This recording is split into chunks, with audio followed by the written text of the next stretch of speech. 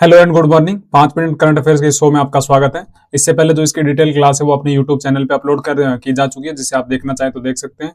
और आज हमारे 7 बजे आ रही है जो इंपॉर्टेंट फरवरी के जो सारे लगभग 200 से ज्यादा क्वेश्चन है, उनको हम 7 बजे अपने इसी चैनल पे क्लास आ जाएगी। तो इसमें हम टोटल टॉप 10 MCQs होते हैं, उनको एक एक करके डिस्कस और उनका आंसर जानते हैं। ठीक है। और पहला क्वेश्चन जो प्रीवियस क्वेश्चन है उसमें था कि जो साहित्य अकादमी अवार्ड है वो शंकर को किस वर्ष दिया गया था। शंकर कहाँ से रिलेटेड है? ये बंगाल से रिलेटेड है। उनको किस वर्ष साहित्य अकादमी का अवार्ड दिया गया? तो इसका आंसर आप कमेंट बॉक्स में जरूर दें। आज के पहले क्वेश्चन की बात करें तो ये सिक्किम की राजधानी सिक्किम का जो पैक्योंग एयरपोर्ट है उसका रीनाम करके क्या कर दिया गया? तो इसका सही नाम है त्रिलोचन पोखरेल कर दिया गया। तो पोखरेल कौन है? इसे गांधी पोखरेल के भी नाम से जाना जाता है। तो इन्होंने असहयोग आंदोलन, भारत छोड़ो आंदोलन, जो इंपोर्टेंट सारे आंदोलन थे उनमें गांधी जी के साथ पार्टिसिपेट किया था। और ये जो अभी पैक्योंग एयरपोर्ट है ये कहाँ पे? आपका गंगटोक में।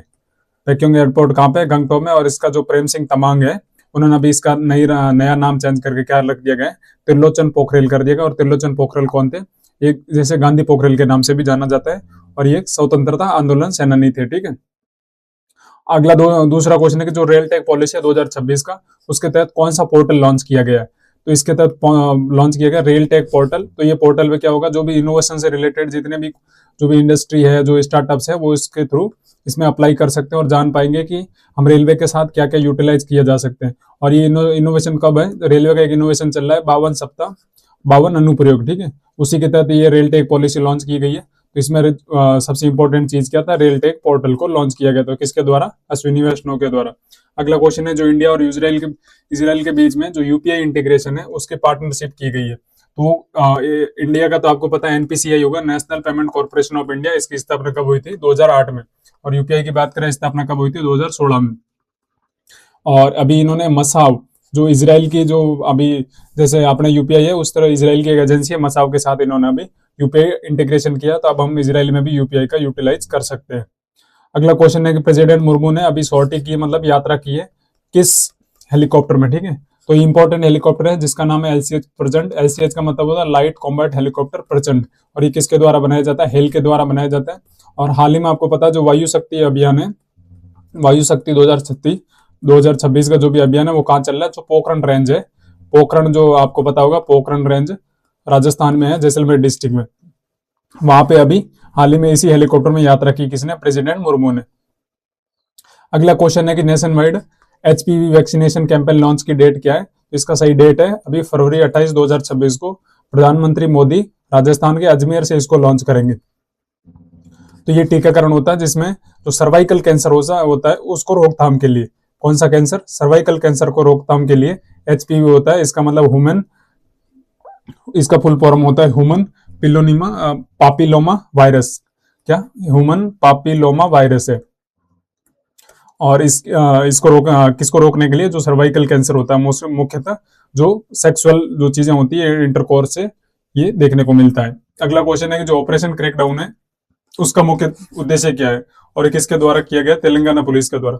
इसका है डिसमेंटल करना ऑर्गेनाइज जो साइबर क्राइम्स होते हैं और जो फाइनेंशियल फ्रॉड होता है उसको रोकने के लिए तेलंगाना ने कौन सा ऑपरेशन लॉन्च किया? Operation crackdown.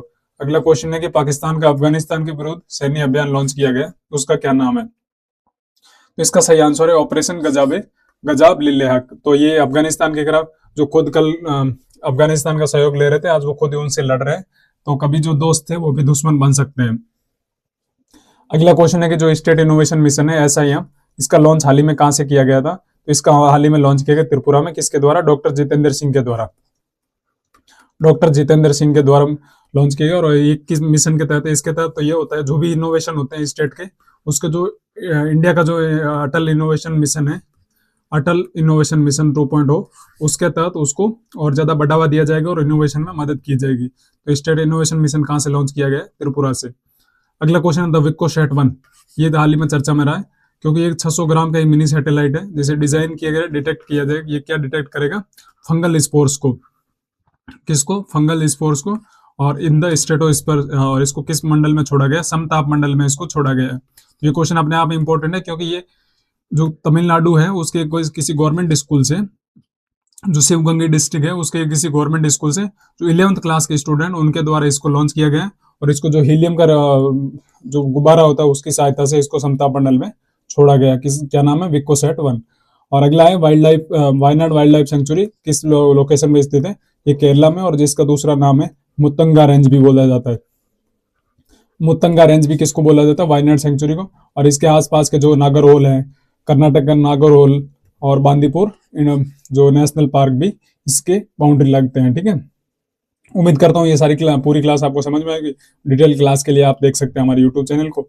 Thanks for watching. शुक्रिया आप सभी का।